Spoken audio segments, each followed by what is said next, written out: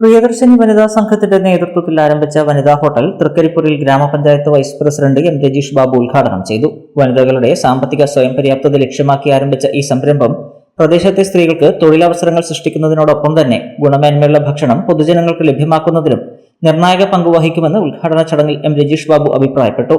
തൃക്കരിപ്പൂരിൽ പ്രവർത്തിച്ചു വരുന്ന പ്രിയദർശിനി വനിതാ സഹകരണ സംഘത്തിന്റെ കീഴിൽ ഇന്ന് പുതുവത്സര ദിനത്തിൽ തങ്കേമുക്കിൽ ഒരു വനിതാ ഹോട്ടൽ ഉദ്ഘാടനം ചെയ്യപ്പെട്ടിരിക്കുകയാണ്. നമുക്കറിയാം, നമ്മുടെ നാട് ജനങ്ങളൊക്കെ തിരക്ക് പിടിച്ച ഈ കാലഘട്ടത്തിൽ ഹോട്ടൽ വ്യവസായത്തിന് ഏറെ പ്രാധാന്യമുള്ള ഒരു കാലത്താണ് നമ്മൾ ജീവിച്ചു പോകുന്നത്. നമ്മുടെ നാട്ടിൽ ഒരുപാട് ഹോട്ടലുകൾ ഉണ്ടെങ്കിലും നല്ല രുചികരമായ മായം ചേർക്കാത്ത ഹോട്ടലുകൾക്ക് എന്നും ജനങ്ങൾ പ്രാധാന്യം നൽകിയിട്ടുണ്ട്. അതുപോലെ തന്നെ ഈ വനിതാ ഹോട്ടൽ ആകുമെന്ന് പ്രതീക്ഷിക്കുകയാണ്.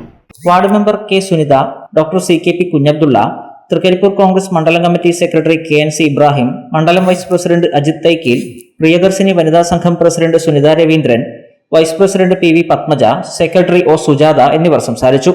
പ്രിയദർശിനി വനിതാ സഹകരണ സംഘത്തിന്റെ ഭരണസമിതി അംഗങ്ങളും പ്രവർത്തകരും ചടങ്ങിൽ പങ്കെടുത്തു.